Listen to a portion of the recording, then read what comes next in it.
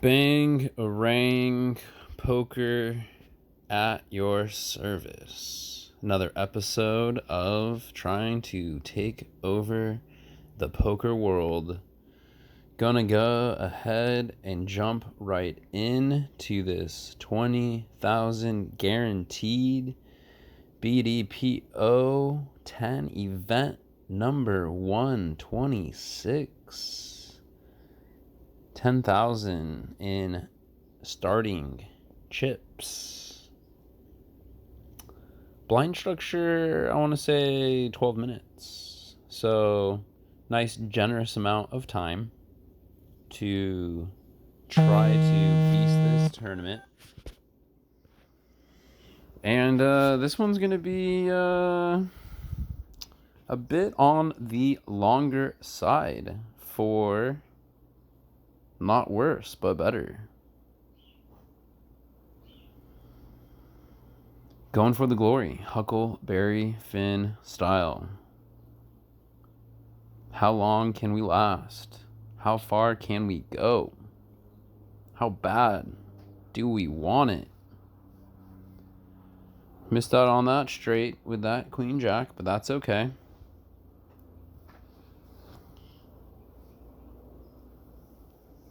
Not much going on, but a couple questionable hands. You know, something like an 8-9. You flop like an open-ended. Is it worth it? Does it hit? Are they chip burners? Are they chip gainers? I'll lose a few chips here and there, but playing pretty conservative. Like folding this king-queen to a 2.5x bet from early position, which feels like a mistake when you hit top pair. You see that Jace on the turn, and all of a sudden you're like, hey, maybe I save some money. Unless I could really push him out on the flop, and if you don't, and you don't have it, you're going to get hurt on that turn. Soft play, slow play, you're going to get punished. Finally pick up a nice hand, pocket jacks. Looky, I got hookies. And it took a while to pick up this hand, to pick up this scenario. And I bring it in for a nice chunky bet, which I love. No soft play, no slow play. Here on the flop, we hit bottom set, and I bring it in for a little too much, 1,700 pot size bet. And I think something less chunky, after you see a boat that we hit on the turn and could have got action from a King X, probably should have made it like a 1/3, you know, somewhere around a third fraction of that, like 600 or so. I think 6-ish would have been the money. But nonetheless, still take a nice chunky bet of a pot. And bring us back up to a nice starting stack preservation. Back up to around that 10K starting stack, which is healthy. You know, it doesn't seem like much of a gain, but if you can just hang around that starting stack, it actually is pretty solid. Keep in mind, tournament structure like this, I believe starts off with a small ante. So you're getting juiced from the get-go. Just kind of leeching your chips, siphoning slowly but surely, taking them away. And you don't want to, you know, just downswing to a weak spot, chip stack style. Interesting enough, I think I just, you know, keep in mind I'm like doing 100 things at once. So sometimes I'm like, oh my god, I have queens and I'm running out of time. Make a quick decision. So I actually shove, which is such an overbet. I'm not really proud of that move, but in justification, technically his 600 plus the 1 and 200 on the big and the small, plus the antes, there's over 1,000. So technically there is a 10% gain in chip stack just from taking that down uncontested. So it's not like the worst shove, but for some reason he has 9s, 10s, jacks. I mean, he's probably forced to maybe play in that spot, you know, put him in a real tough predicament. But I would rather just re-raise and get more value and have him see a flop and hopefully make some more mistakes on a favorable one.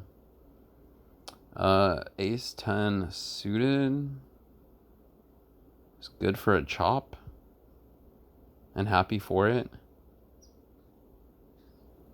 Jack 10, Jack 9 suited doesn't get played, but 2 pair and a flush draw. I mean, and then turning into a flush looks pretty banging. So, might have been nice to participate. Ace King against a double bet. Throw it in his face. What are you going to do? You're going to call with 6s? Well, you got me. Until the board hits a banger. Top pair. Nut flush draw. Wow, does it get any sweeter? Now, I lose all action if I just re-raise or call on that flop. That 6s cannot continue, so we actually take full max value. But we also risk our entire stack if we miss. Just based on how far this game's gone and how few of hands I've gotten, I think was why I decided to just bang it in hard with that Ace King, which ended up being really rewarding. But you know that flip side, you know, those 6s could just best me real quick on a brick board, and I'm out like trout. So it's a trade-off. Jack 8, how do you want to proceed? It just mounts to a very questionable, mediocre hand. Queen 10, under the gun, how do you want to proceed? Well, are you willing to call a raise? I mean, this guy shoves on this dude. He probably would have shoved on me too, or who knows. But I bet I saved chips.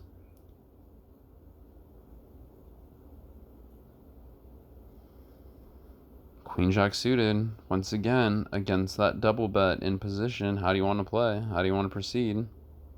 Well, we all know in position this guy is probably raising loose, and I do have 2 cards to a royal. Sure enough, it checks around on the flop. Fortunately, pick up a nice top pair on that turn. Good enough for me to triple bet. That's a 3 bet on the turn. Get a call. He must have had a draw. I went ahead and made it 1600 on the river. He folded. Take a nice little pot though. So good defense, I think. A little offense.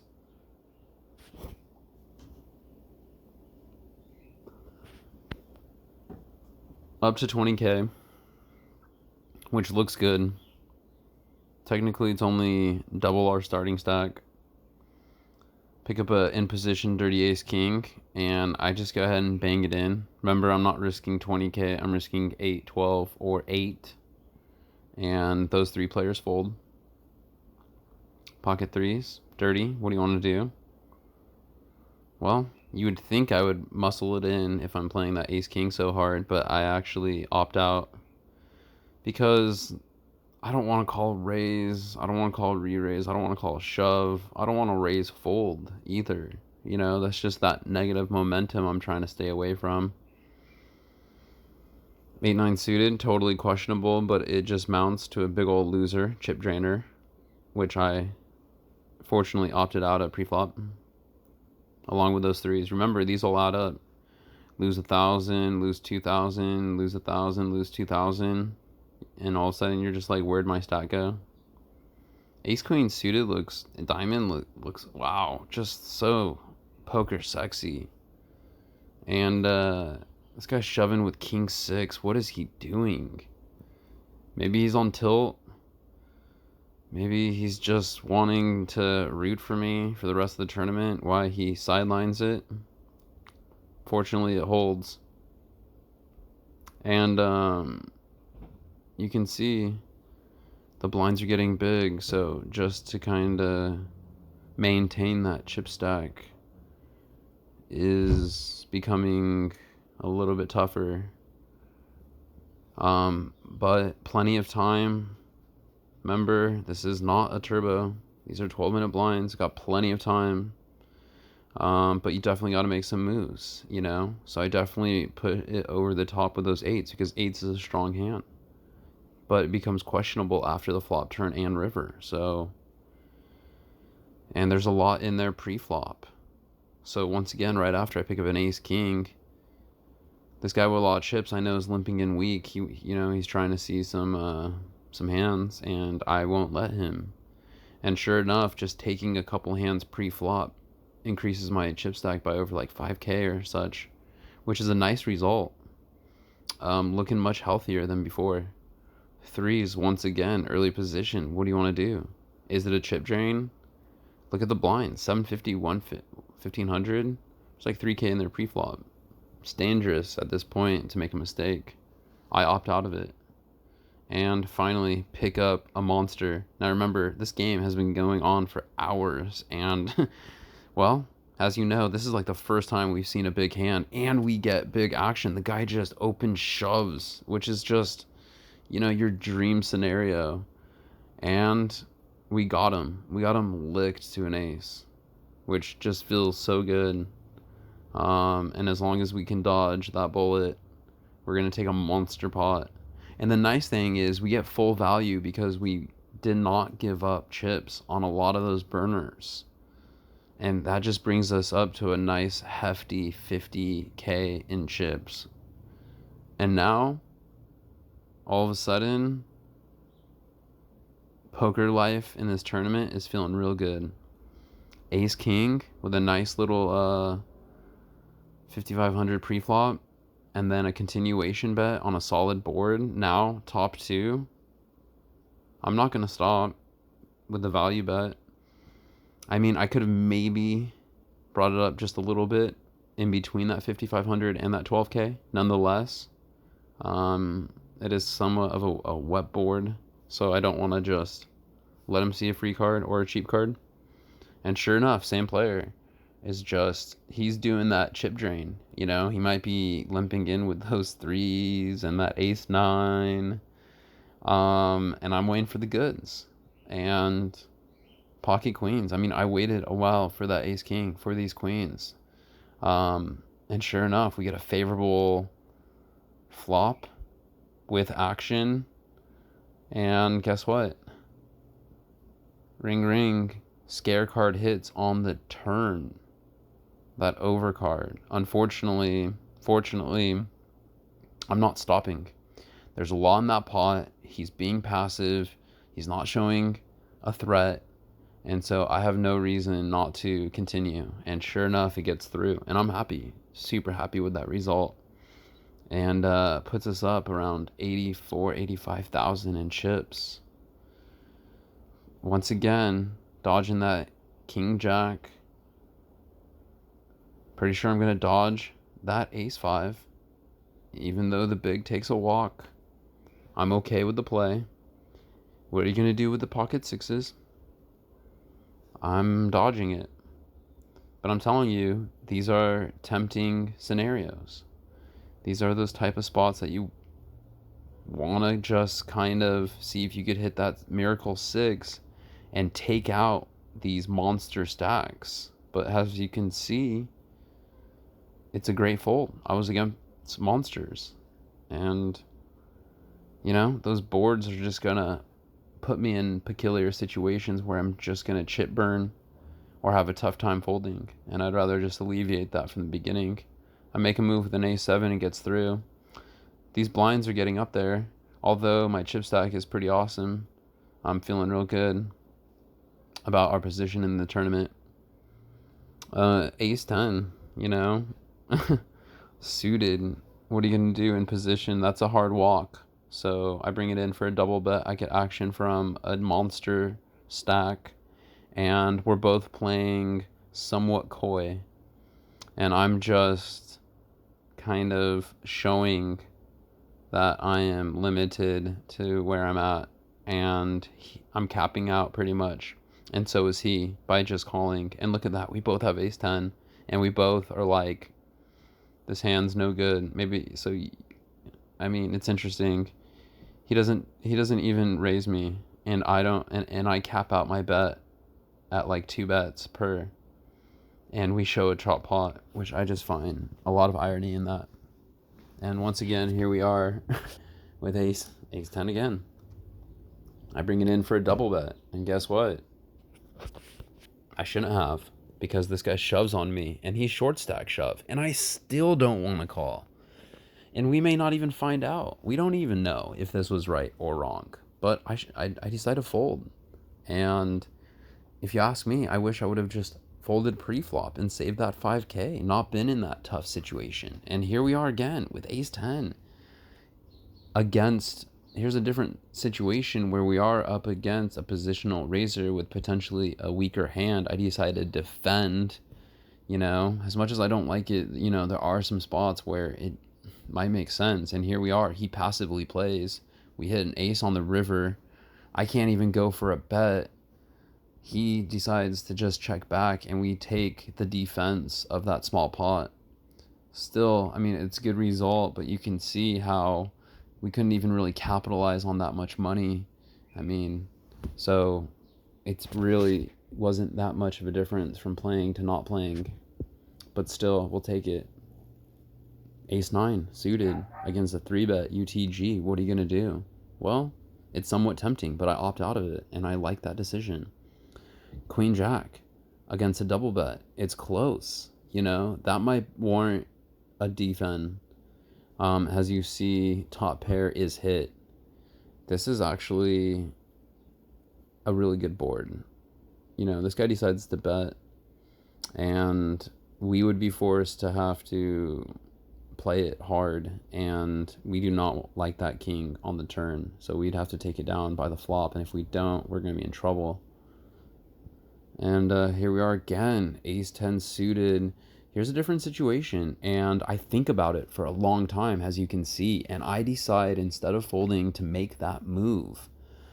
And it's because this guy was playing loose, and he's in position attacking, and I had a feeling with a much weaker hand than ace 10, and that was a right decision by overplaying that ace 10 in that spot, and we take down a nice pot. Uncontested, keep in mind. Trying to maintain that chip stack. So here we are around 90K. We see some action open up with like 3 different players, 7s, 9s, 5s.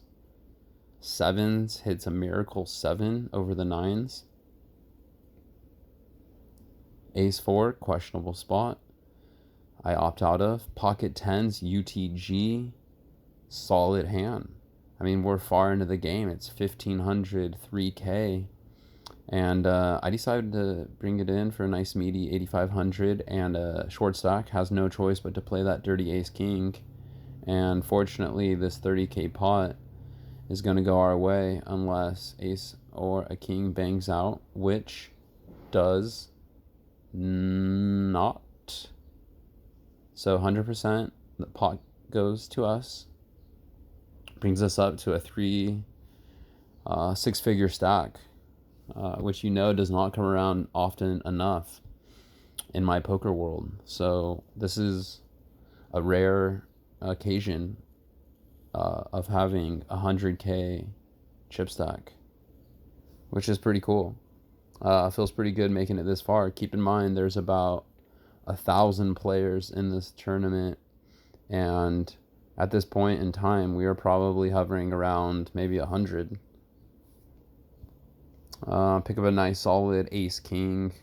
Chip stack is too big to bring it in for an open shove, so I just decided to bring it in for a nice 2.5x raise. And fortunately, we get action from exactly the perfect candidate, someone with around 20K.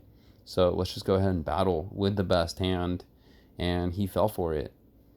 King 10 suited looks solid, especially when you're short stacked. So unfortunately for him, fortunately for us, it breaks with a banger ace on that turn to just lock it in, and we take a nice chunky pot of 50K, bringing us up to 130. Queen 9 suited under the gun, nice fold. And here's a questionable ace-10 once again against an open shove. What do you do? Well, it's tempting. And that's why you see me here talking about it and tanking. Because you want those chips. You know, bad. You're thinking this guy could be playing something much weaker, but I opt out of it, and I think that's the right decision. Jack 10.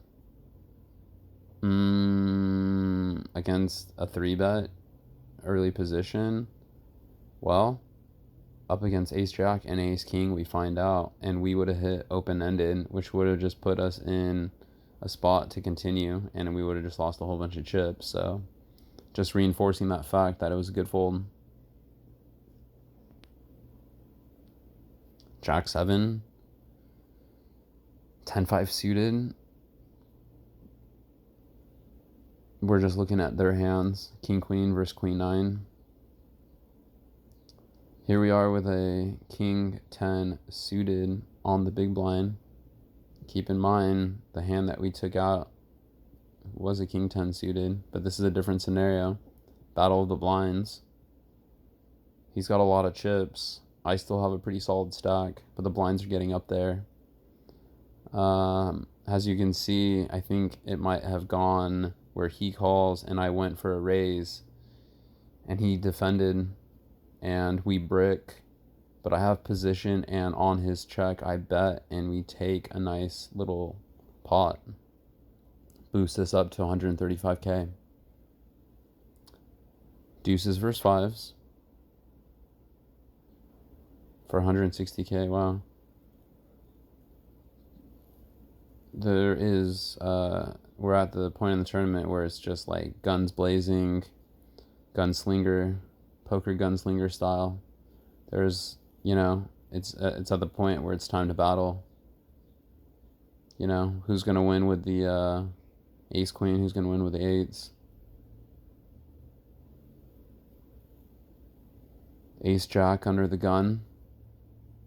13k in the pot pre-flop.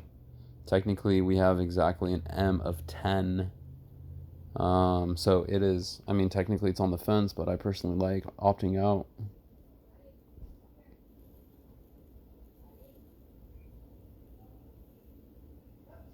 Blinds are big. They're only going to get bigger. And we are winding down towards the end of this tournament, which is kind of gnarly to think about how there's like over 1,000 players to start, and we are dwindling down far less than 100.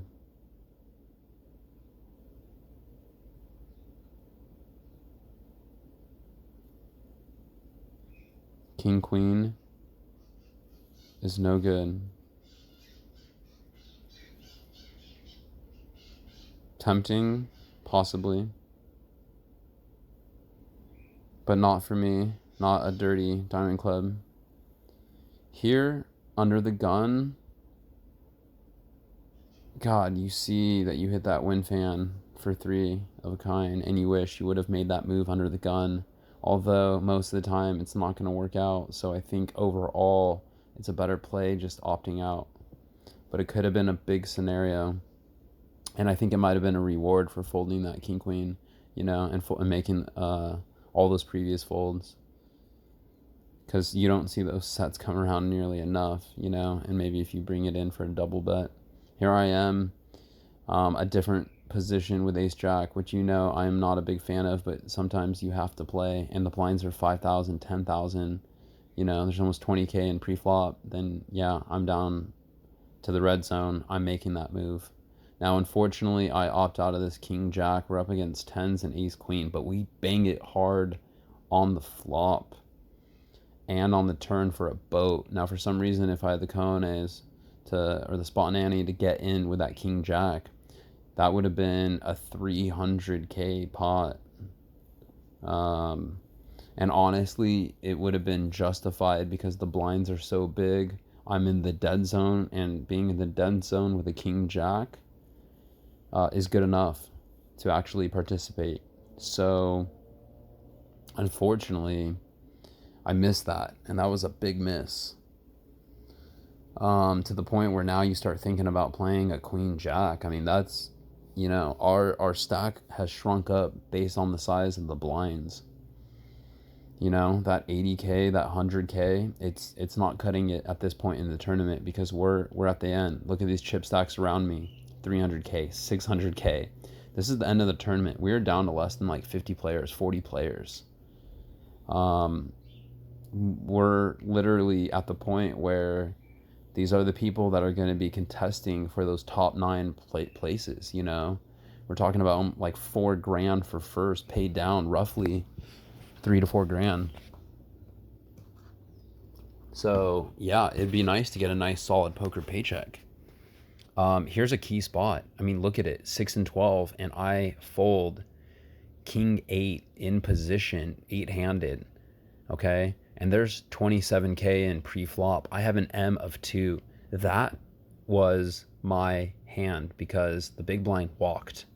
I was forced to cover up the screen and go all in UTG with a 5 deuce. And once again, a king 8 suited was the magical moment, was that paddy log, was that leapfrog into staying alive. And it's totally justified. I mean, I am out of time.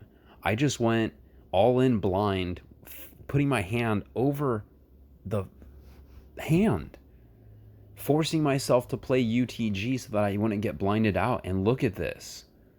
I would have tripled up with that king 8 suited, my lifeline into the next levels. We would have tripled up against the 6s and his mystery hand and would have went up to around 200K. If we would have won uncontested with that king 8 suited previously, imagine us having 75 tripling up. We'd be at like 250K if all we did was play 2 king 8 suiteds, 2 essential key spots. And unfortunately, I had to cover up the screen and force myself to play garbage under the gun because I didn't have enough chips to continue. So unfortunately, we take 30th place for 98-14, and that is the game. A well-rounded run. I was super tired, and unfortunately, so tired I couldn't make a couple more right decisions to get us into that final table.